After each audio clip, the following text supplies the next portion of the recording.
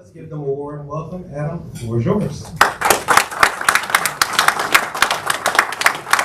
Thank you very much. Can everyone hear me in the back? I speak loudly, so you should be able to hear me.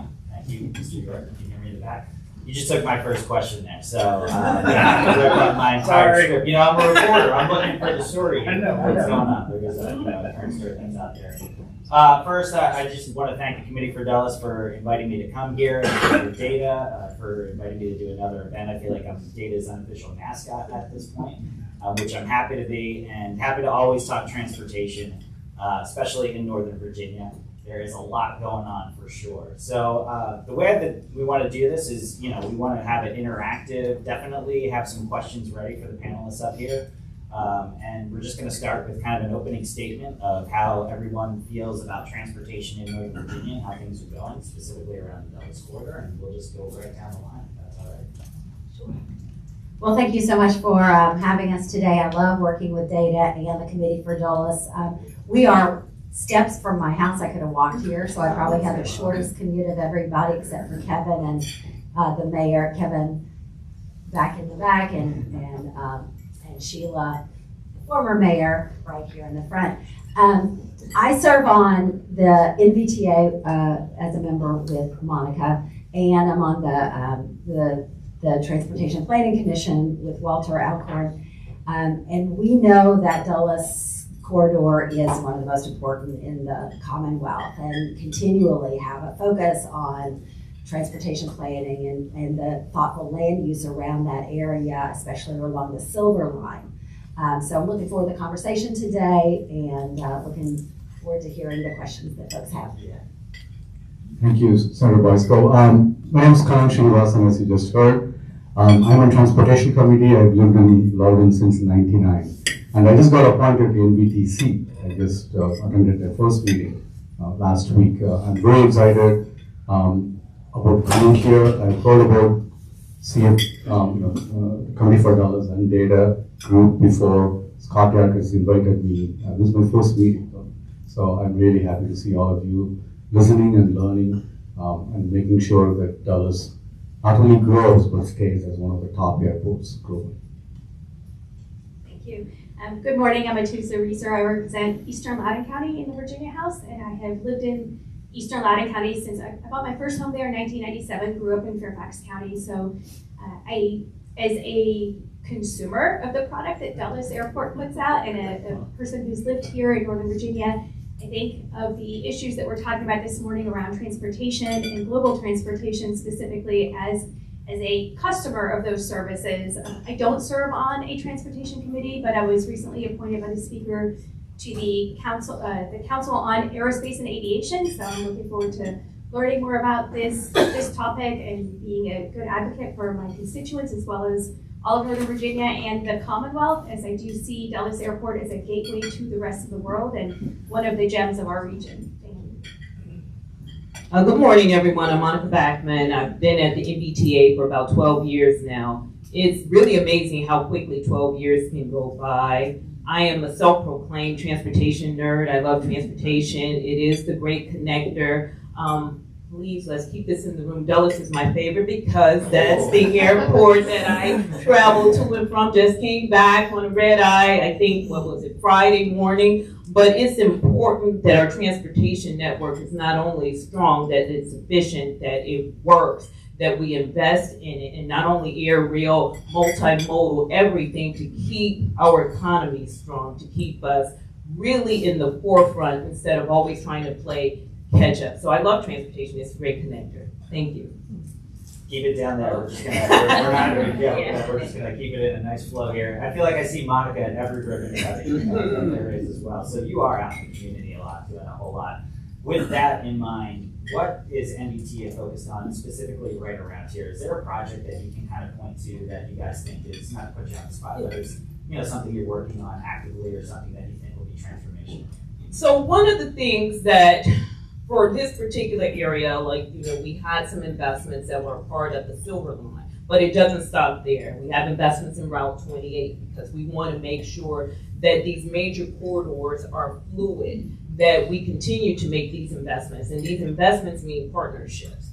So even though we have funding on projects like Route 28, we have funding on innovation, we were looking at, and it was called the Rock Hill, thank you, the Rock Hill Road Connector. All of these projects really flow into the system. We had groundbreaking and a ribbon cutting. I see former Mayor Olam over there for the metro station in her area. She said it was the first and only one, please correct me, Mayor, if I'm wrong, at that time. But these investments are important. And those are the top three that I can name, just going off the top of my head. We have like 135 projects, but I try to remember most, if not all of them. Excellent. Delegate Reaser, talk about kind of the growth that you said. Maybe talk a little bit about Fairfax County and Loudoun County. Talk about, the growth with the Silver Line coming out here now. A lot of transportation experts will tell you don't build a rail line for the day it opens. You build it for what's going to happen as the future goes along. I think we're starting to see some of that growth. Driving up here on the toll road today, you can see the development that's going on just, my goodness, around Preston. What about Loudoun County specifically? Thank you for the question. I hear back from my constituents that they're very pleased that there is metro out in Loudoun now, and people are starting to use it more. And I learned actually today, talking with someone in the room, about a new development that is going to be similar to one Loudoun, that's being built out in the area near some of the stops of the Silver Line. So I think as we see the development continue, I hope that our local Board of Supervisors will continue to support their stated mission of making more attainable and affordable housing, more workforce housing available near those transit stations so that people can use public transportation and cut down a little bit on the local traffic. Well, that's just one of the things, right? Like, you can live near a metro station, but for a lot of people, it's super expensive. So how do you get to the heart of that? I think our supervisors have been looking at one of the solutions, which is to provide more public transportation to those stations. And I know I work very closely, Laura Tricrani is in the room, but the two supervisors who I work most closely with represent Sterling and Algonquian District, and of course Chair Randall, they have all stated how important both the transportation and the housing near those metro stations are. So I look forward to working with them closely to continue to support that mission. Anna, do you want to pick up on that? Yeah, thank you. It's a great question because, this session that just concluded, there were several bills on housing. I had 4 of my own that passed and got signed. We need to work closely with the local jurisdictions, Fairfax, Loudoun, Arlington, all the local in Alexandria, to make sure that the best ideas are prioritized, that we support them from the state, and they get the support, and also not just support, but also the coordination to move things quickly. We need more housing. Everybody's going to say this.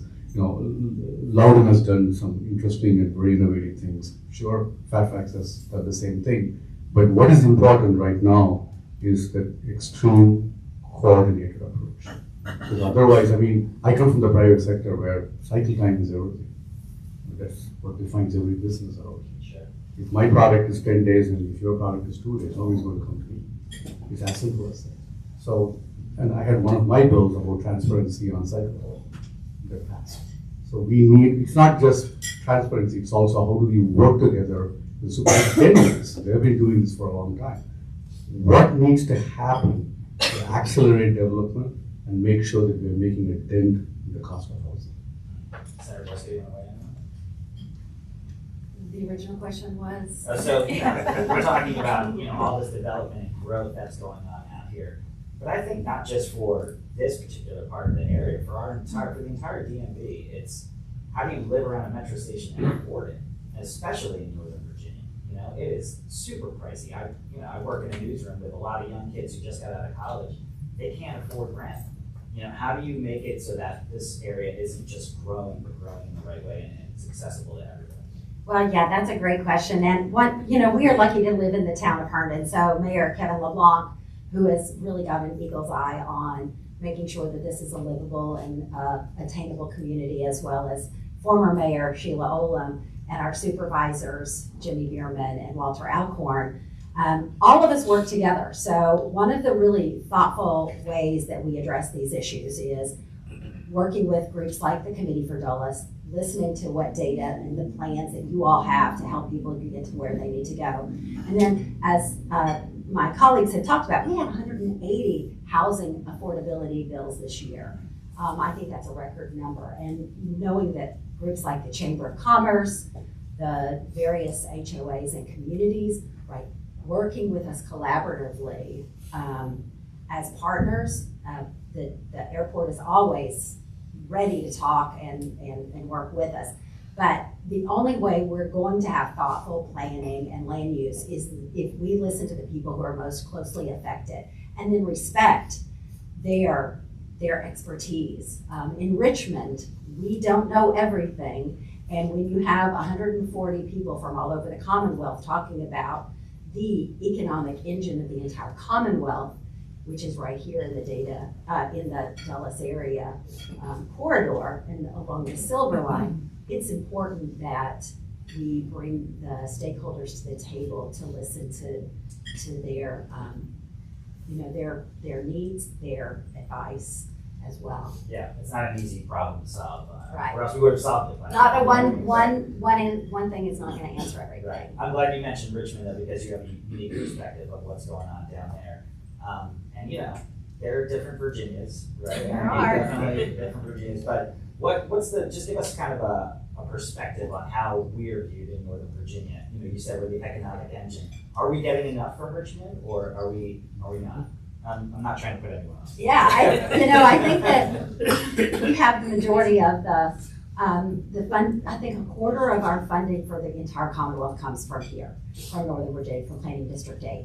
I think all of us are continuing to advocate for a fair share for our region, and as we are looking at land use and school funding, right, making certain that we are fighting for our communities. We're being very clear about what we need. We need thoughtful land use. We need transportation that works, and we've taxed ourselves additionally up here so that the rest of the Commonwealth doesn't have to pay for our transportation uses.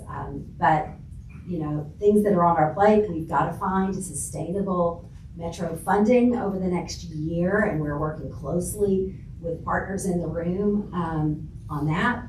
And the conversation's just going to continue. Yeah, I'd be interested in hearing everybody's thoughts, just Yeah, because it's such an important thing. Yeah. And to what just Senator Boysko just said, what I think about a lot is how are we going to work with WMATA and YMWA on the metro to look for long-term funding and long-term prioritization of technology.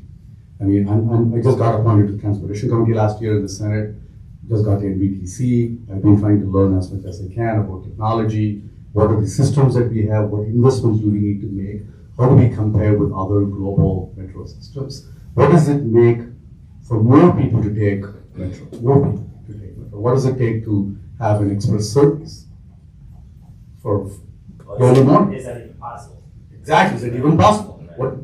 What needs to happen to make it even possible? You go to global cities and metros and you see this, non-stop or few stops. Can we even get there? Yeah, 20 years from now, 10 years from now? Or is it never going to happen? I mean, those conversations have to happen. If you're moving people around here, they need to get to DC, and 10-minute savings one way is a big deal. It's a huge deal. So what is the investment needed to take 10 minutes off of thousands of people's life one way? And that's how we should think and invest and prioritize. So you think there could be in the future like an express train that goes from the airport? I just learned, I've just started looking at it. I'm looking forward to working with the right folks to see what can be done. Yeah. Maybe crawl, walk, run. It can't happen overnight like this. Right. But we don't have 4 lines like New York. Right. But again, maybe not possible at all. Maybe it's possible. You have to believe and start talking. But that's the kind of thinking. That's just one example. So that we are planning, to your question, for the future, not today. So I would add a couple of things to what my colleagues have already said. One area that I'm interested in looking more at is advanced aerial mobility and drones, and how Virginia can be a leader in that area to bring new businesses and new revenue to the Commonwealth that way.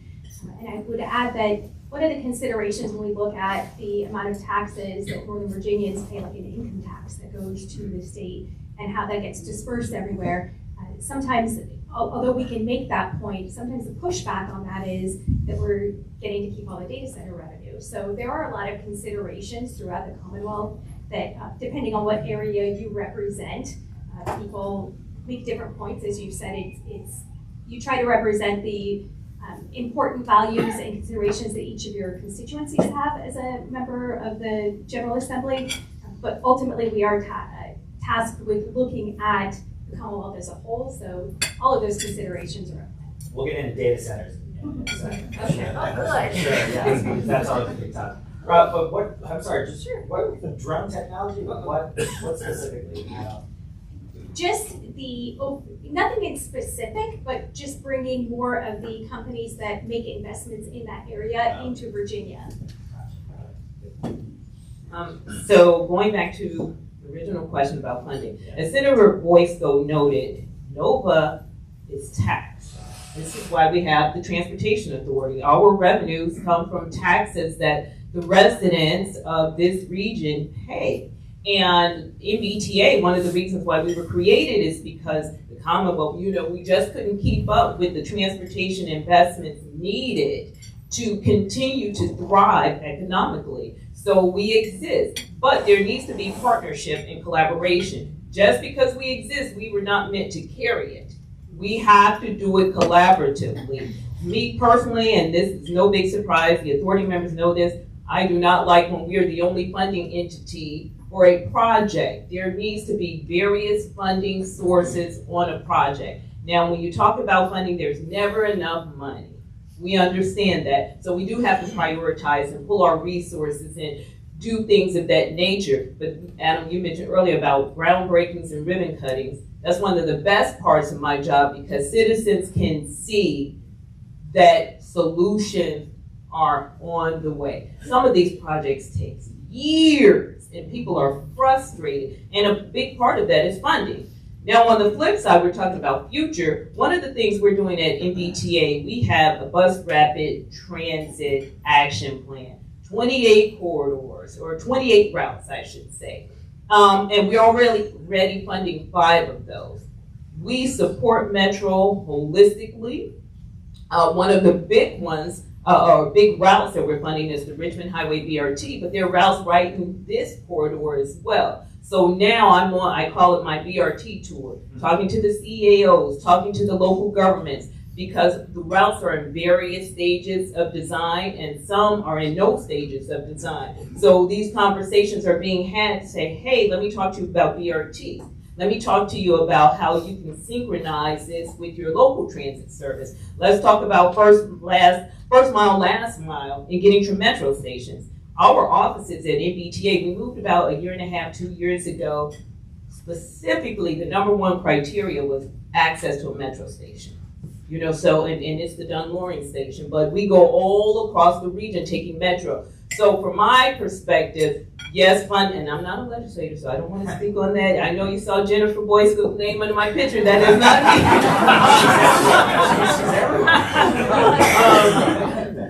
We have to collaborate. There must be equal investments in our transportation network. I know sometimes people cringe or they don't like it, but we are the economic engine. This area really is the economic engine. And I've always had the belief that if you feed your economic engine, everyone else will eat. Excellent. Just, if I can touch on the BRT, your BRT tour. Yes. Sounds awesome, by the way. Thank you. I hope it is. Well, so I've done a number of stories on BRT. This has nothing to do, a little bit to do with Northern Virginia, but there's a lot going on with a football stadium in the district. And the Metro general manager wants to build a rapid bus line from the new stadium to Union Station so that it connects. But there is, for whatever reason, trouble getting people to get on the bus. So what is your thought process? What's your selling point? How are you trying to sell the bus, especially a rapid bus? So number one, we talked about safety. We talk about reliability. If we're talking about these buses are going to come every 4 minutes, they need to be there every 4 minutes. If we're saying the ride is going to be safe, the ride should be safe. And people, I think, when they hear bus, sometimes, not all people, but sometimes there is a negative connotation that comes with bus. I'm from the south side of Chicago, and I tell my daughter, I took Chicago Transit Authority bus to school. You take the yellow school bus, you know. You see all types of things, and I think people have been, oh no, if I take the bus, and at a previous employer, they were going to have try a certain transit system day for a community that didn't have it, and that community stopped it. They don't want buses coming in, and people going to rob me. Who's going to take a bus to your house to do you harm and then get back on the bus if you're good? You know, I'm not saying it has never happened, but it does seem far-fetched if you're a good criminal. My point is, selling, you know, we have to do what we say we're going to do. We're saying the system is safe, reliable. We have to do those things. On-time performance matters. So, and you mentioned Randy. Randy and I have been talking because this BRT network, even though we at NVTA can only fund what's in Northern Virginia, it includes Maryland. It includes the district. It includes WMATA. It includes the Purple Line. You know, we want this to be a holistic DMV region system because as a commuter, you don't, I gotta stop at the boundary because now I can't take this rapid transit system. I have to do something else. Delegate Reaser, I kind of wanted to touch on that too. You're teeing up all the questions, Monica. This is good. The coordination, you know, not just between Northern Virginia, but also Maryland, sometimes, and the district. Sometimes it gets territorial. How do you kind of cut through a lot of that? So I draw my experience as a local elected official. I served on the school board before I was in the Virginia House, and building those relationships from the ground up from 7 years ago, there is trust. And there is transparency when there is trust. So I try to communicate with our local officials who do often have more of a say with regard to transit in Loudoun specifically. I also have myself and family members who use the different modalities of transit. So when I talk with constituents, I can tell them that the bus that goes from the church on the corner to Metro in Fairfax County is really comfortable and it is on time. Excellent. And are we as connected as we should be as a region, or is there a lot of work? There's more work to do. I'm in local government committee in the Senate, and I pay very close attention. I think we have to build on mutual trust, you know, and there is a lot of trust. I'm not saying it's not happening, but we have to do more because the entire region depends on this. We are very fortunate to have a very successful economy. Look at the budgets of these local governments, very good budgets, but they need help because things change quickly in the economy. You know, as we all know, things change very fast in the macroeconomy. It's beyond anyone of our control. So that is where the state and the local jurisdictions have to be very cooperative. There will be friction. It needs to be a good friction of ideas and not about, well, we want to have our way. On both sides. And that's important. I think we owe it ourselves because that could be the biggest bottleneck if we don't work with it. Because time flies and session ends, Sure. and then boom, everybody's off. So. Yeah. Senator Boysko, I'm interested in your opinion on that too. I mean, you know, you have a lot of coordination just in Virginia, but to reach across state lines. I mean, Legion Bridge, Yeah. you know, what are we gonna do there? Oh, the American Legion Bridge. Yeah, I serve on the Transportation Planning Board. Then that has representation from from Virginia, Northern Virginia members, from DC and from Maryland. So we sit together and we talk every month to discuss what the long range plans are for the area and working with Maryland. I'm hopeful that at some point we can, I know, it's been a long time, it's been a long conversation, and the pressure on 495 for my constituents who are in McLean and Great Falls, it's been very painful to watch the pressure for transportation, and we absolutely need a an improvement around the American Legion Bridge. I'm hopeful also that as we talk about, extending the expressway into Maryland, that we will find common ground so that we can have a constant flow rather than a hard stop right before the bridge. But again, it's got to take, as we were discussing, it's got to take trust and team building feeling, so that we all are in the same frame of mind together, that when I succeed, you also succeed. And it shouldn't be a us against them attitude. Is there a little bit of a different feeling now with the change in administration? Maybe more cooperation? I'm optimistic that conversations I know are taking place right now, and I always stand at the ready to be a team player on that, so that, whether it's our two governors speaking, or whether it's senators from each body, or delegates from each body, or our, VDOT and MDOT talking, right? I mean, we've got to do it at all levels. Ken, you talked about, okay, please. I was just going to say a thought, I'm sorry, before you ask the question. I was just going to say, we can't just talk about transportation without talking about housing. You did bring up that very early. If we don't take on the housing challenge more proactively and more aggressively, we may not have enough people here to move, even if we have the best transportation system. I mean, the competition is Nashville, Atlanta, Charlotte, who knows, right? We have to be very, people know, but we need to put policies and solutions before people. You're saying if the quality of life gets to a point where people want to leave, they're going to leave, right? Youngsters, particularly, people are moving to West Virginia. I mean, why would you buy a townhouse for a young couple for $900,000 or $850,000 near, Ashburn Metro?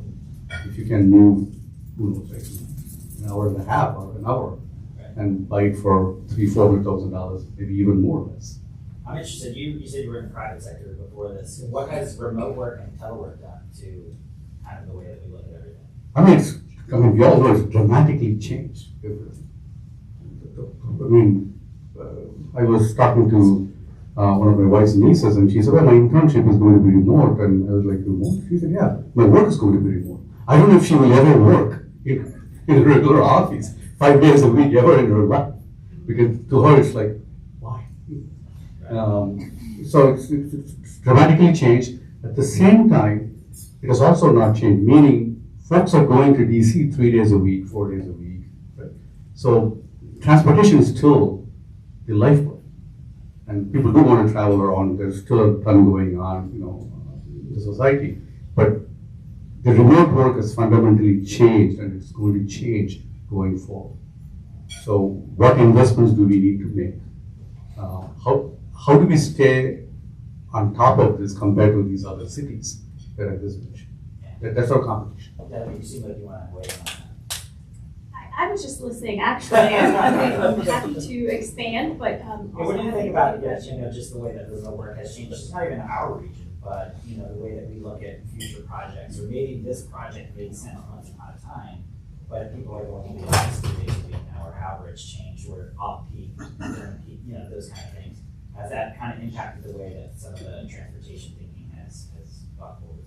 I think remote work has made it so that there's certainly less congestion as people go into the office less. But I think as we moved away from the COVID era where people had to be at home more, from what I see, mostly people are back to what things were like before.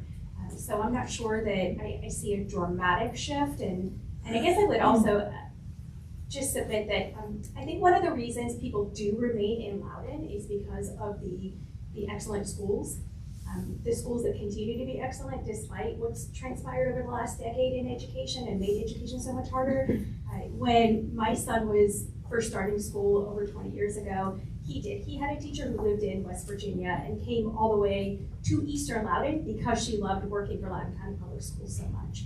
And I think we're also very uniquely located close to the nation's capital, but also close to wine country and beautiful hikes and beautiful nature. And one thing we haven't touched on this morning is the importance of keeping the environment and our and our natural resources in mind as we talk about how to develop responsibly. I can attest to the beauty of Loudoun County. My son just had a lacrosse game at Loudoun Valley the other day, and I was like, maybe we should move here. Yes. I think we should think about it. That was very nice. Monica, can you weigh in on the remote work? Sure. So we do a quarterly travel trends update with the authority. And what we have found is because I guess we are out of COVID, that peak periods have changed for the AM. You know, we used to have a 7 to 9 a.m. or 5 to 8. The peak period for the AM commute has changed because now people are going in later or they're working from home. So now I can run some errands, or I'm not going to tell on anyone, but doing other things during the day, and then you can come back and complete your work. What we're also seeing is the PM peak period is back, and in some cases higher than it was. The other thing I'll note, transit usage has continually gone up to the point we're seeing record-breaking ridership on some of our local systems. So while telework has really been embraced, we enjoy it at the authority as well. We find that it provides the opportunity for less congestion. I'll say a little less, because if you're sitting in it, you don't see less. But the trend is a little less congestion during the traditional peaks. But in the PM, we are back to where we were, and people are using transit more. They're using the express lanes more when they can. All of these things come into play for what we're seeing in the telework area. Yeah. Does that make it harder to plan kind of for what's happening now or maybe even long term? Because like I said before, a project that made sense, a couple of years ago might not make sense now. Are you looking at that kind of, you guys have so many projects that go together. We do, and that's a great segue. So we're in the process of updating our long-range transportation plan. For those of you who are unaware, the authority, we cannot fund any project that's not in that plan. And when we do the long-range transportation plan, we're looking at a 25-year horizon. We're not looking at what works today or what we're trying to solve today. It's really for the long term, because again, some of these projects take a lot longer. However, there's a phased approach. So we can see, and it gives us a unique opportunity to see what has worked, because those projects that are under construction or are open to traffic, those are on the baseline, so we can see what's working. How were these projects performing? And then we add the future projects to it. How will they perform? Then we can see gaps in the network. Where do we need investments that no one has put a project in? And then we come in and try to do that. And that's really how BRT was born. We know we have Metro. Metro is important. I live in a county that doesn't have Metro.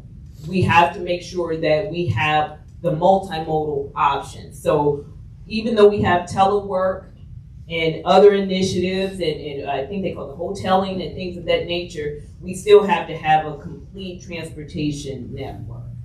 We haven't even gotten to self-driving cars yet. Delegate, we talked about growth and development, specifically in Loudoun County. I mean, we're talking data centers and that kind of stuff. In this corridor around the airport here,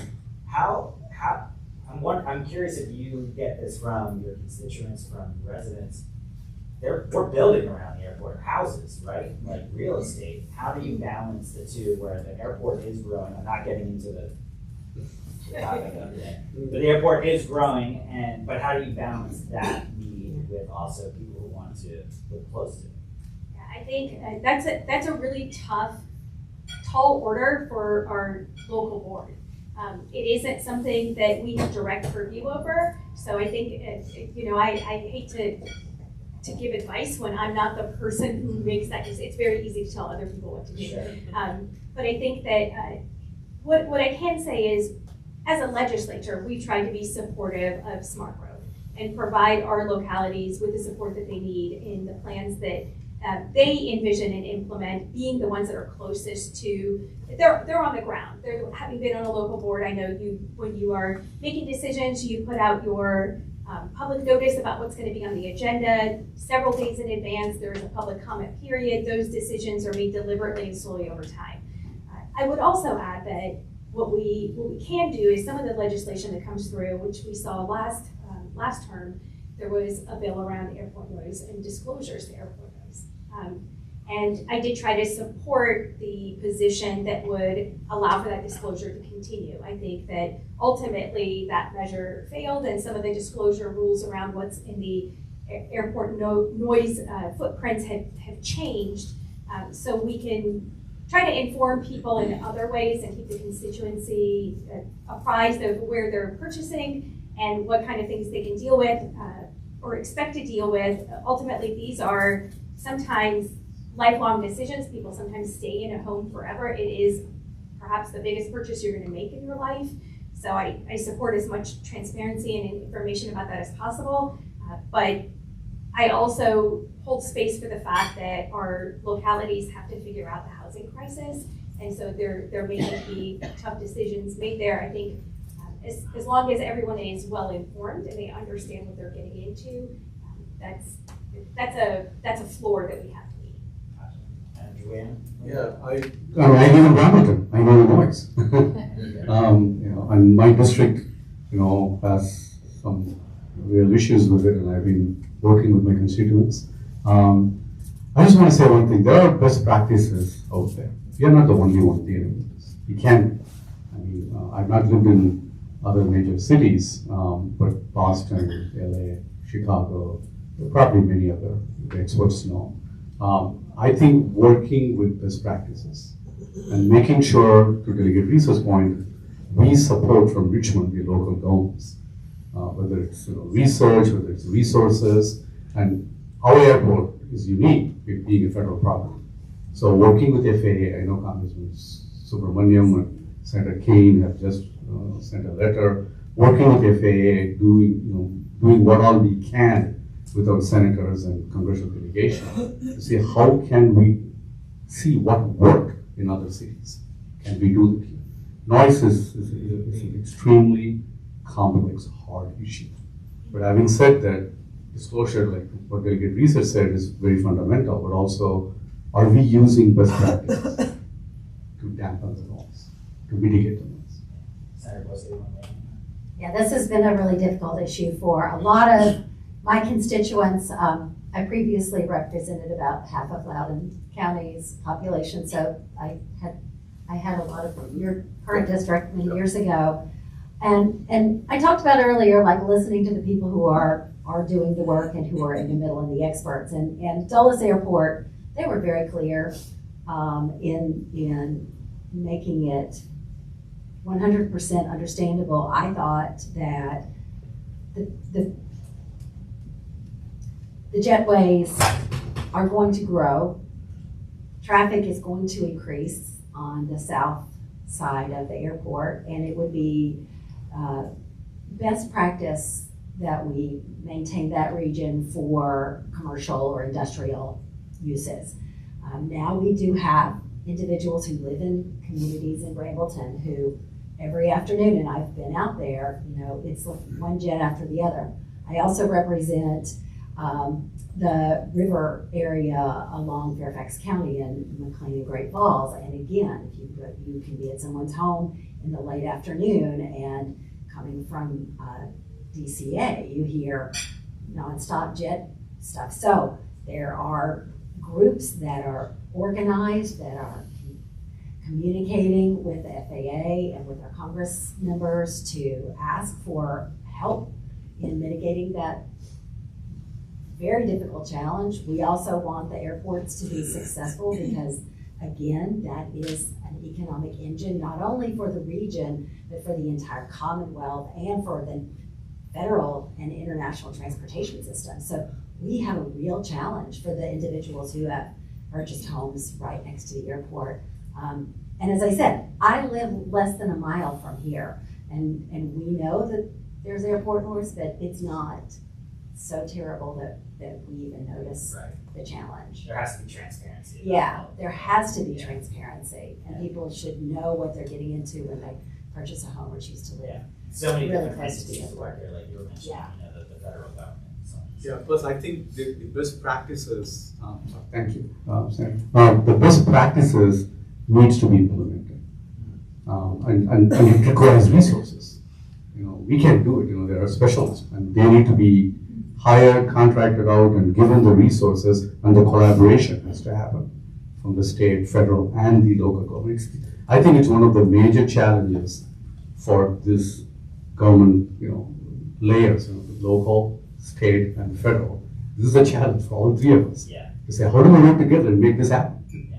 Because somebody coming from Chicago might say, wait a second, somebody from Boston, whatever. You could say, wait a second, they're doing this. Why are you not doing this?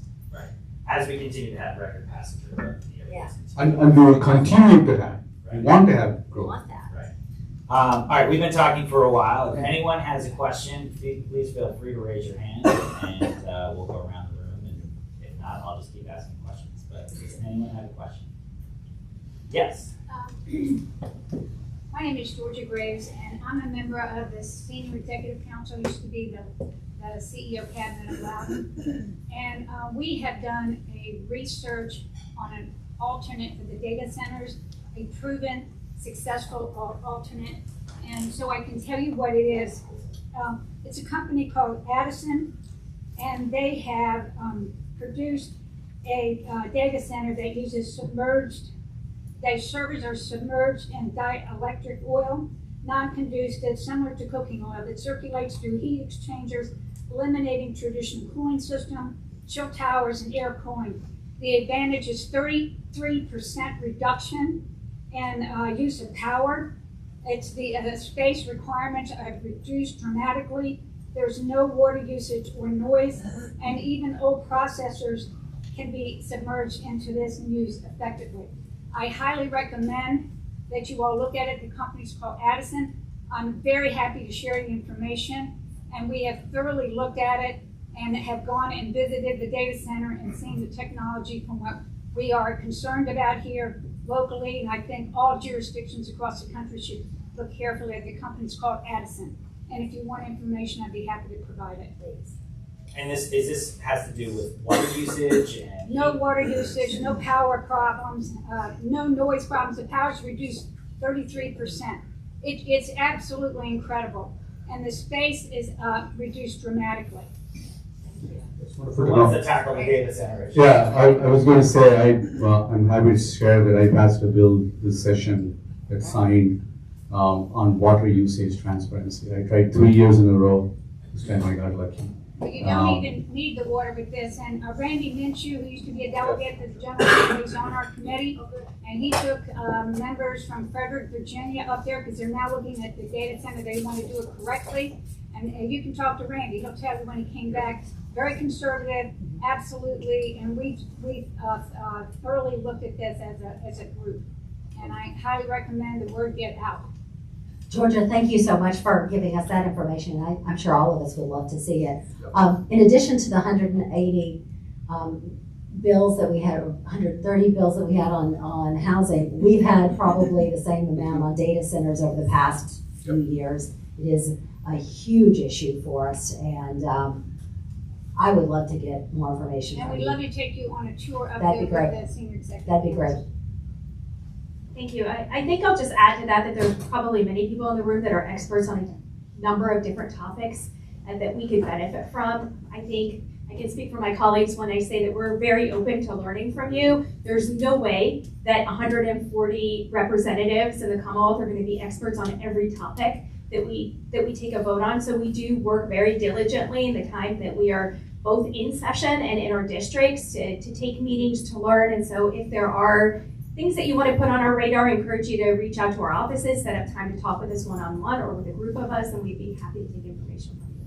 One of our meteorologists just did this awesome thing the other day where he showed the heat that's actually coming off of the data centers. And that's something that I don't think people really think about, like the amount that it takes to cool these places down and what is actually happening. There's a bill for that. There's a bill for that, and Delegate Sullivan passed it, and I actually saw that in, I was in a legislative energy institute class in Washington State, and Europe, many countries in Europe have successfully implemented it. Again, that requires coordination with the local authorities. We can pass bills, but if we can't, we don't work closely with the local jurisdictions, then it won't be implemented. So, but you're absolutely right. Do you guys think we're saturated? Yeah. I think in Northern Virginia and in Fairfax County and Loudoun, especially in Loudoun, yeah, I think we're saturated. And we continue to try to solve the challenge, whether it is how the funding and the taxing or the energy and land use, the noise, power source, like all of these are really complicated and challenging issues. And it's like squeezing a balloon when you cut one thing off, it affects another that you perhaps didn't think about. So we're really trying to put our arms around all the challenges. And the AI revolution is here, so. Yeah, I mean, but we all use our phones, right? We Sure. know Yes. that. That's what it is. Yeah. Any other questions? Yes, in the back. Dulles Airport is projected to have an ultimate capacity of 90 million passengers a year. United has announced that it projects a 30% increase in traffic in the next 5 years. What priorities for infrastructure improvements do you see in the short term, and what do you see as needed in the long term? Off airport. I'll start with that, and then I think Monica might be a good follow-up. But I used to work for the supervisor in Drainsville, John Faust, before Jimmy Bierman was the supervisor almost 20 years ago, and was on the task force that looked at the long-range plans for this region around the innovation station and the airport. And one of the things that we identified as a real need was, as Monica mentioned, the Rock Hill Road bridge connector, which is on the long-range constraint plan, I believe. I think that making sure that we can get from the side where the innovation building is, the CIT, formerly CIT, which is that trapezoid, over to the south side is really important. We don't have enough north-south connections. We're really constrained with either Centerville Road or Route 28. So having another way to get across is probably key in my mind, but I bet Monica has some other ideas.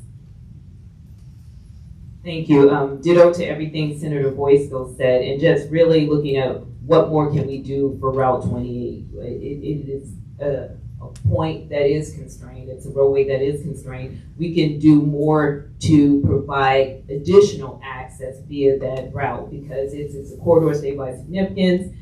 We can do more for that. In addition, looking at some of the transit can also better serve the airport. You know, can we have BRT? And I know some people think BRT is all just fixed skyway. It's not. It's having the signal preemption so that these buses can get there faster. Because again, with the airport expanding, and we know this, we don't want to create bottlenecks for people trying to get in and out of the airport and get to the airport. So I think like the road bridge, Route 28, investing more in transit. Yeah, I just wanted to add another.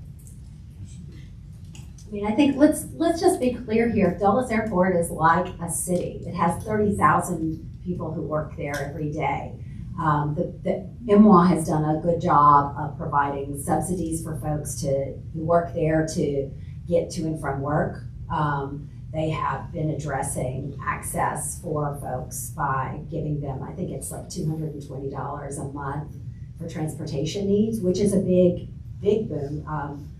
When I started in the General Assembly in 2016, there were some airport workers who were not leaving work ever. They were sleeping there because they couldn't afford to get in and out, and they've done some really constructive things by increasing their wages, by providing the subsidy and giving them sick time off. So the airport has been focused on addressing the quality for the workers who are there. We are going to try to work on accessibility for people to get in and out. And then Rob, it's a great thing that United Airlines is looking at such an increase in service for our region. I mean, that's a huge win for us. And we invested in the General Assembly $50 million to help lower the cost of employment, which makes us more competitive than any other regional airport. And that's why United finds us as the home. So I think while it's a challenge for us, it's also a great piece of news that the viability and the vibrancy of this region is continuing to grow. I was just To going to add, it's also, I know we don't want to talk about today about the investments within the airport, but I'll just say that's happening, and that is an important aspect of this. I used to take Dallas for travel for work 30 times a year. Easily, 28 to 30 times, sometimes even more. And walking. It's a long walk. It's a lot of walk. I had a colleague who would not take Dallas, he lives in Reston. He would go to Reagan National. And one day he said, you know why? Because of the walk. I go to Reagan National, I can just walk into the gate. How long do you walk? I know they have plans. That's important. I know they're going to make it, more easily accessible, cut down on the walking. But to achieve 90 million passengers a year, which I'm sure is possible, given United wants to grow dramatically here, we need to invest in multimodal, getting in and out of the airport, and then within the airport to make sure that it is less walking and more getting to from point A to point B. Yes. I love your idea of the express train too. I'm gonna write that down. I'm already working on it. I talked to the secretary. It's very Get early. together on this first. Yes. Yes, for sure. And also plan accordingly around Thanksgiving. Don't go to the That's a bad time to go for sure. I'm just kidding. Yes, in the back. Hey, my name is Jeff Barnes. I have seen pictures of proposed new front terminals for Dulles that take the place of the current parking space in the Oval as part of the current president's suggestion for reimagining Dulles. Where do we stand on that? How is that progressing? Is it even being considered? I can tell you from a reporting standpoint that I've just heard that talks are progressing, and there's some reporting that just came out in the last couple of days that those things are moving forward. I don't know how much you guys want to touch that, but. We're all equal followers. Yes, right. The airport is going to grow and it's going to expand, and I think you saw the airport's authority put out their master plan the other day. That's a very long-range transportation plan. I don't think there's any stopping the growth at the airport, but it's just a matter of how much money will be available and how long it will take to get there. Yeah, Scott. Let me try to do this without stepping all over my feet.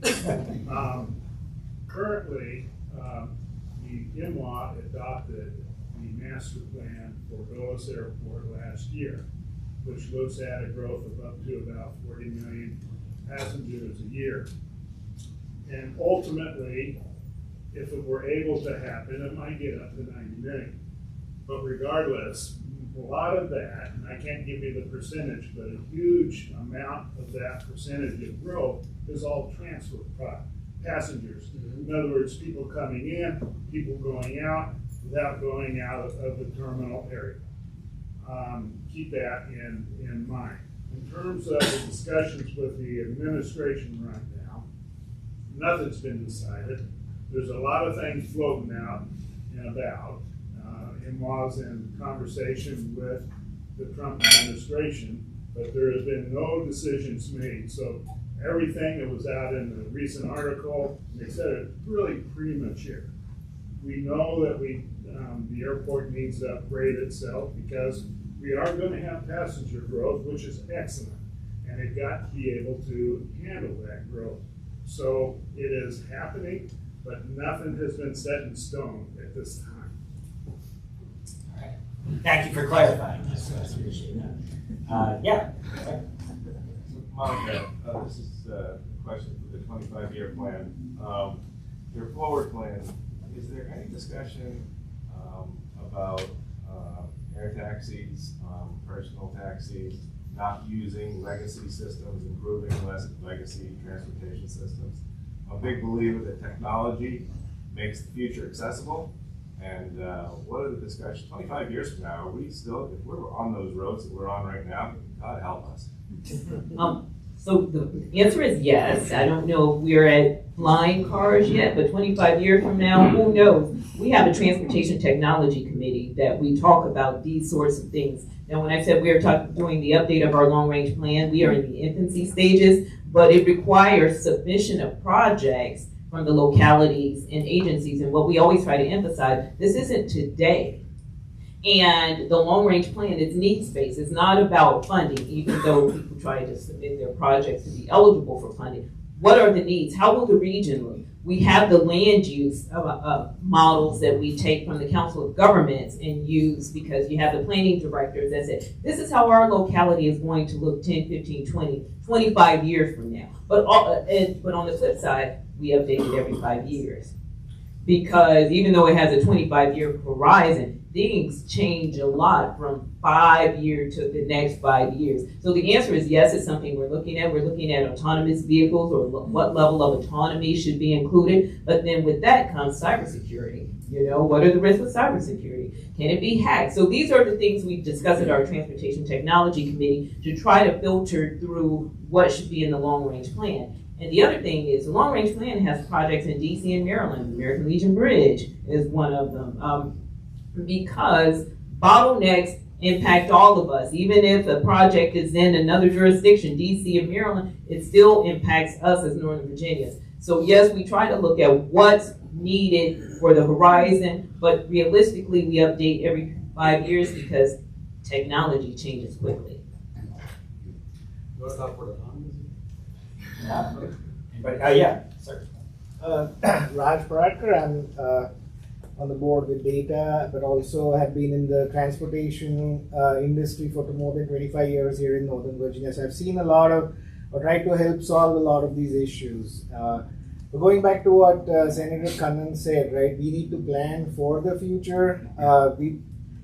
How are we learning lessons from other regions? Like California at one point of time said, like, we cannot build our way out of congestion. We cannot keep adding lanes, right? So we'll use ITS technology, right, to maximize the capacity that is there. Autonomous vehicles can reduce the gap between two vehicles.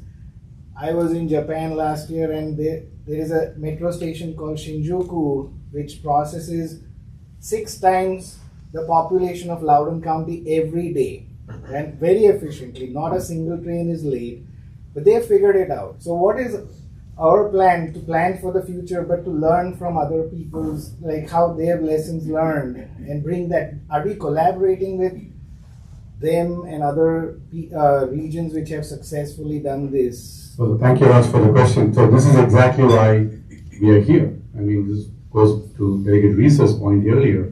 The 140 General Assembly members are not going to be experts in everything. This is why we need organizations like this, but more importantly, your ideas, right? And we are committed in the General Assembly to make sure that we continue to work on this. I'm trying to understand NVTC, NVTA, CTB, Council of Governments. We have so many groups, who does what? They approve projects, who does the research, who does the best practices. I mentioned a few minutes earlier, about noise and best practices. I say this regularly. I said this last week in Philadelphia when I was at an NCSL event, and I said, I'm here to shamelessly copy. We have to take best practices. We don't have to reinvent the wheel. We have to adapt. We have to learn. We may not be able to copy and paste, but we can certainly learn and adapt. And that has to happen more. And I think groups like this, Data, the Committee for Dulles, because we all work together. I mean, we know each other very well. The challenge, I'll go back to the economic thing. It's very competitive in this corridor. There are a lot of I was in Danville last year, and for an Economic Developers Association meeting. And then I learned about how much North Carolina has invested on their highways, which is closer to Danville. I was like, what does it mean? So we have to be very aware that our prominence as an economic engine is not granted forever. Right, and I don't think you can also just rest. Like, you're seeing some of this, and don't tell Randy Clark I gave him any credit, but you're seeing some of this with Metro. Like, he's already got plans in terms of fully automating the red line. Yes. And he wants to automate the entire Metro rail system, and he wants to put in platform screen doors. Well, he didn't just come up with that. He using the best practices from other places that may or may not work for our region, but they're at least having the discussion. And I think you can't just sit still, right? Like, that's one thing that you can't do. One thing, if I may, Adam, is using the credit card. I was there for the inauguration. And, right, yeah, and I was there with the company that implemented it. And I was like, wow. And they said, oh yeah, everybody has it. You don't need a card. I mean, you don't need a Metro card. You just need a credit card. I mean, there are many, many things that's going to be the challenge. But we can do it. And on top of that, I think we have to keep in mind, it's a multimodal system that's gonna keep our region running. If we depend solely on one mode, I think we are doing ourselves a disservice. And it's a resource issue. You know, we would love, I've heard someone ask me, are you all looking at elevated trains? And you know, like, listen, I give Metro a lot of credit because Metro needs resources. Transit needs resources. We need resources. But on the flip side, we are continuing to push the envelope to make sure that the network as a whole doesn't fail. Bike ped, and people are like, oh, do people commute via bike ped? People commute via walking or taking a bike.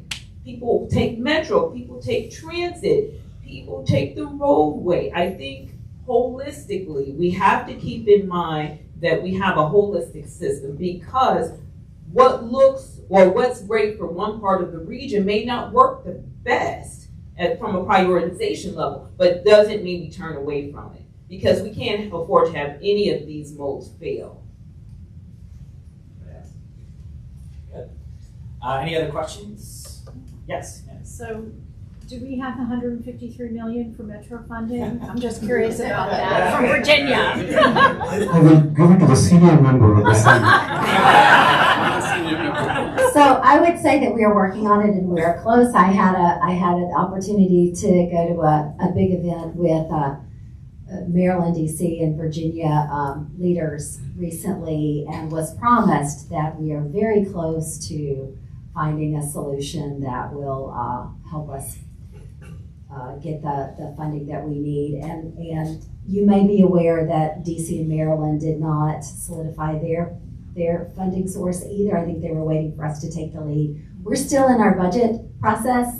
As you may be aware, we have not solidified the Commonwealth's budget as of today, but we should have news in the near future, and I'm optimistic. I like news. Yeah. But the whole DMV Moves initiative, this is part of this. Yeah, it's part of it, yes. Do you think that there should be like one card that just gets you through our entire region? You know what I mean? Like, should you just be able to use your one? I mean, I don't know. It's a complicated issue. It's a complicated issue, and we, Walter Alcorn and I both sat on a joint subcommittee, looking specifically at this funding over the past couple of years, and we looked at a whole menu of different revenue generation ideas. One of the things that I think everybody in this room knows is that especially in Fairfax County, all of our funding is dependent upon our land use, our property taxes, and we've got to modernize that so that the burden is not on the people who are just trying to pay their property tax every year. And so I'm hopeful that we will come up with a solution. I believe that because it is an asset to the entire Commonwealth and the entire region, that Fairfax County, Loudoun County, Alexandria, and Arlington are not the only people paying into it, but it is something that the entire Commonwealth has a stake in, and that has been a continued message that I have carried to my colleagues. But I'm hopeful that we're going to have something solidified by next year, which is really when we have to have it done. But we are listening and we are working with folks. Anybody else? Yes, sir. Mike Schumacher from Enterprise Mobility. Just a question on the express lanes. Have they eased up the congestion that it was expected to be? And then any concern with affordability and who is driving it, who can afford to drive it? I'll start and then pass it on to whoever else wants it. Just last night, I was on the expressway on 495. I had a meeting in Alexandria last evening, and we had 3 people in the car, so we were able to take the expressway on 495 for free. Until the mixing bowl. Where is that? Is that? Yeah. Stop. I'm just saying. Okay. So Because the mixing bowl doesn't go to the Wilson Bridge. Well, that is correct. So we were on 495 and then we got onto the expressway. Yes, you're correct. But having 3 people in the car gives anyone the opportunity to ride for free. We know that it reduces congestion. It keeps traffic moving. Yes, it's extraordinarily expensive if you are driving in a busy time. I think it was $35 listed as the cost if you were driving single or double occupancy at that point. That's definitely a challenge for most people. Some people can get it reimbursed through their businesses, but we always have the opportunity if we can get our cars full. And I mean, Data has worked really hard on commuter options and carpooling. I would just encourage people to do more of that.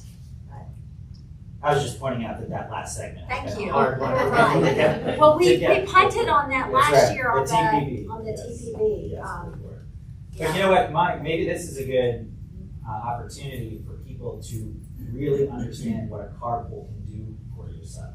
First of all, it can save you money, save you time, because time is money. But as Senator Boysko said, if you have 3 or more, then you do not pay. And as part of some of these express lane projects, we had park and ride lots that were included. So you can meet up with your colleagues or what have you, get in the express lanes. You can take the bus that are part of the express lane systems as well, so that you are not paying that fee. But on the flip side, I don't think express lanes were meant to be taken every day by a single individual. What it does is if you have someone in an express lane, that's one less vehicle that's in the regular through lane, and that does help ease congestion. Now again, you have to do what works for your budget, but if you want an express trip and you don't want to pay, then carpooling is definitely the way to go. And if you can't find those people, there are buses that ride in the express lanes, so you just have to pay that regular fee. And hopefully you can get it subsidized by your employer. And I know express lanes can be a sensitive issue in the region, but again, taking cars off the through lanes does ease congestion. I'm just going to add that I know that the school buses that go from Loudon to TJ take the express lanes, and so they're being removed from the regular flow of traffic as well. Would you be in support of expanding the network or studying? We are very in support of studying everything. Ken, would you want to weigh in on what you think about the express lanes? Whether I will use them if I have to. They are expensive. Because on the Boysko's point, there are 3 folks, it's free, but not everybody can get 3 folks at every time. I agree with Delegate Reaser, we should study them, but we should look at other alternatives too. Otherwise, we are looking at cost of living around here. This is an added friction to it. I do, because I remember when my daughter was in daycare, and if you know anything about daycare, if you are late, and by the minute, and they don't care if you are in the hospital on life, they do not care. And I remember one time trying to get my daughter from daycare, there was something going on I-66. A car was on fire, that's what it was. And I'm calling my husband like, can you pick her up? He's like, something's going on I-66. So now I'm panicked because I'm like, oh my God, they're going to charge us like $5 a minute. That adds up quickly. And I called my emergency contact because we didn't have the express lane. Fast forward, I needed to be in DC at a meeting at 8:30 in the morning, but we have express lane. So now I know I don't have to leave at 4 in the morning to get to the district for an 8 a.m. meeting because I can take the express lanes. And that's really how I look at it. And again, it helps because coming from where my house, Prince William, is I-66. And even though I said, oh, it looks like the peak periods are, I-66 is still one. I'm looking like, man, is the peak period really no longer the peak period? But my point is, it helps give you an option, especially when there's someplace you need to be. Monica, while we're here, do you think the 95 segment should be reevaluated? That it only goes one direction at one time and has to reverse the direction? So I've been told, and I'm just going to repeat what I've been told. There was a lot of conversation about bi-directional, and I think And I've heard the secretary say this, that, you know, they are actively looking at advancing bidirectional. So the answer is yes, I do think that that's something we should further explore. I would agree with that, and I've also heard the same thing.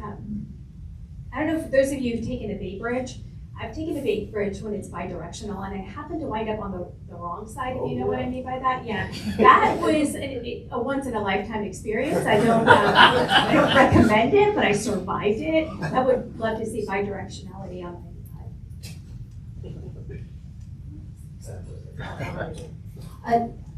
As someone who's going to Richmond a lot in the opposite direction, I would say, yes, that would be so helpful for us to be able to have that. And then if we could carpool, it would be free for us to do that. But one thing that we didn't mention is that the cost to the Commonwealth for all of these transportation improvements with the express lanes has been greatly reduced because it has been a public-private partnership with the concessionaire, thank you.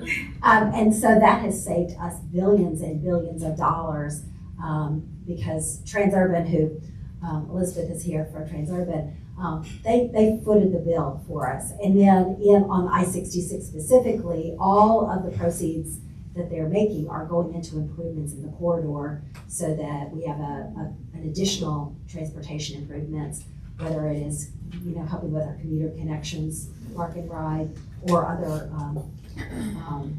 you know, paths through the region. So this has been something that I think I'm really proud of Virginia being innovative and thoughtful about using our tax dollars wisely, as well as, you know, being pro-business. So I think it's been a win-win on that piece. The P3s in this situation have worked, but we've seen some other places that the P3 falls apart. So you gotta, you know, choose carefully, for sure. Yeah. They certainly have worked well in Virginia. And you would, yes, sir. Yeah, Senator Boysko, Jim Strack with Enterprise Mobility as well. Autonomous vehicles moving quickly. I know that a lot of support in Virginia currently. Do you believe in 2028 that will be approved and we will see autonomous vehicles in Virginia at that point? I'm going to let Kevin, was this your bill? I actually visited with the Delegate Brian as well to Phoenix, Arizona a few months ago. We went to the Waymo depot. We took both of us and a few others from other states, I think Illinois and a few other states. We took 7-8 rides from the airport. I tell you, the first ride was like spooky for me. Where is the driver? There's no driver. But after 7-8 rides, I felt comfortable. We had a bill this year, didn't pass. I'm in the Autonomous Vehicle Task Force. In fact, we are meeting next week in Richmond again. We are now meeting every month. We will release a report this November. Again, like any technology, there's plus and minus. It's a balance sheet. You have assets, you have liabilities. I'm an accountant, so I would think. It's going to happen. Yesterday I was in DC. I saw the Waymo car going before me. I'm sure they're testing right now in DC. They mapped the entire road network, Yep. but they haven't gotten the green light. Yeah, they're not getting. But as I said, I took 7-8 rides. I went to their depot. They're making improvements. There are multiple companies. Waymo seems to be the largest, but it's going to happen. As I said, we have to be very careful on the regulation and also what it means to workforce. I'm very conscious. I just passed a Uber Lyft transparency bill, pay transparency bill. So that's a concern. Again, Arizona and the states that have it, they have done some innovative things. So again, we need to learn. But it's going to happen. Technology is here. I think one of the most interesting things that I've found in my reporting on this topic is that equity is a big thing. Like, if you're going to have a car that goes to certain places of the district, they need to be available in every place in the district and not pick and choose where they go. Exactly. So that is part of the conversations. But that's something that really hasn't been solved yet or figured out. No. So that, to me, when I heard that, I was like, oh, that makes total sense. And that is a regulatory hurdle that people have. Excellent research.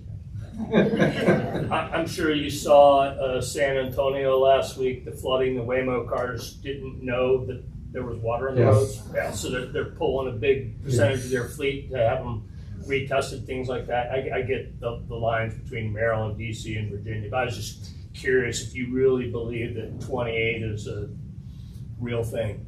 Yeah, I mean, Maryland maybe testing, Adam, correct me if I'm wrong, with Waymo. Baltimore, maybe? Maybe. I think it's Baltimore.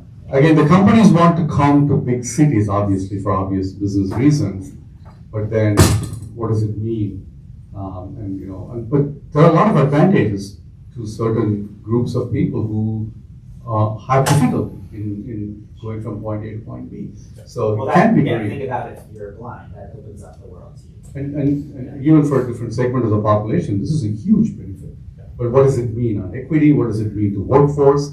What does it mean to technology? I mean, there were other situations that we have seen in the media where the cars couldn't navigate. There was a police checkpoint that the car couldn't figure out.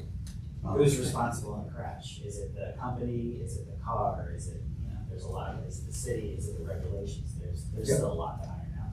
But they're going to be they're already in LA, Phoenix, Austin. Phoenix in a big way. Yeah. You could see so many in Phoenix. In San Francisco or the Bay Area, they say that it's just become part of the landscape. And actually, I interviewed a reporter from out there, and they said that one of the first tourist attractions that people want to do is take a ride in the Sunrise Vehicle. It's like, cool. I would want to do. Yeah, and Adam, I think they're coming up with a new vehicle where you can slide the door. Because one of the things with these cars is if I do not close the door, like I just run out and I forget to close the door. Who closes the door? That's true. So the new vehicle, Nobody there. the new vehicle has a sliding door that they showed us. Anybody else? Yeah, Rob, one. In Norfolk, Portsmouth, Senator Louise Lucas has managed to get extensive toll discounts for low and moderate income people. I've been asking in 10 years since I-66 express lanes were planned, why don't we have similar low and moderate income discounts for toll roads in Northern Virginia? So perfect question, sir. I have introduced it 3 years in a row now. On the budget amendment, I will continue to work. I've talked to Senator Lucas and I've talked to the entity, I forget the name, I forget the name of the agency that does this in that area. I went over the media years ago. So I've introduced it, as I said, 3 years in a row. I will continue to work on it, and I'm committed to getting some relief to us in Northern Virginia. Yes, sir. Thank you.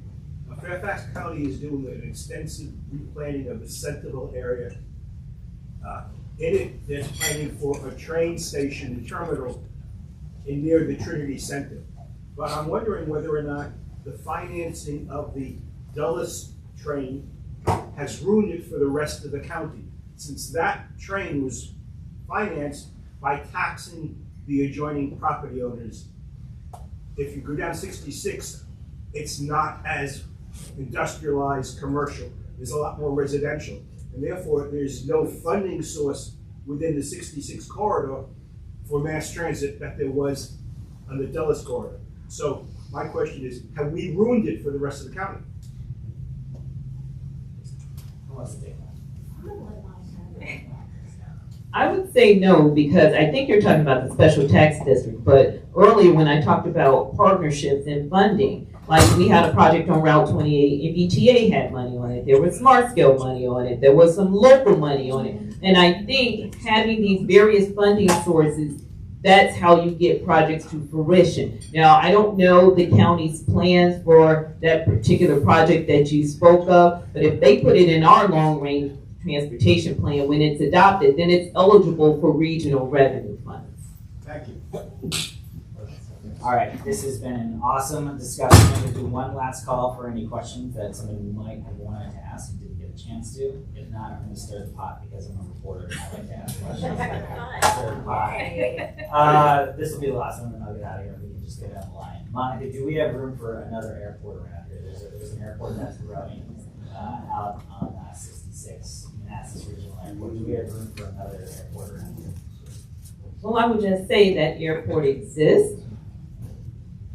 There are plans to expand it, and we will see what happens. Again, I'm not the legislator, but we will see what happens. The airport exists, and expanding it. We will, I believe the city is on board, I believe the county is on board. They are moving forward, so we will have to take a look. It's not going to be a Dulles.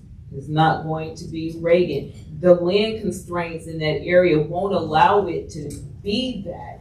We are working on access improvements to that airport, but if you're thinking that this is the airport where you're gonna fly internationally, no, not with the improvements that they're looking at. But could it provide some relief? I think that's what everyone is looking at. That's such an encompassing answer that the only thing I would add to it is our regional airports do play an important role in the Commonwealth. I know our Civil Air Patrol uses them. People getting their pilot's license. I have several constituents that have talked to me about that, and I think that the expansion will serve benefits, but I think between Richmond International Airport and certainly Dulles International, we're all set.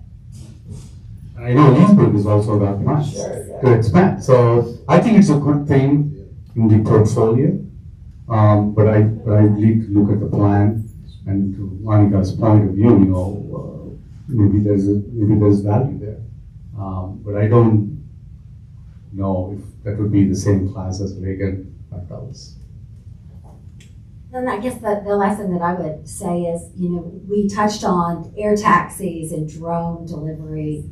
Perhaps we have some study going on at our universities here in the Commonwealth about the implementation, the growth of those industries, and perhaps some of our regional airports like Manassas, like Leesburg, would be appropriate for that type of transportation and business. Certainly all tapped out at Reagan for sure. One runway there. So, how about a round of applause for our panelists?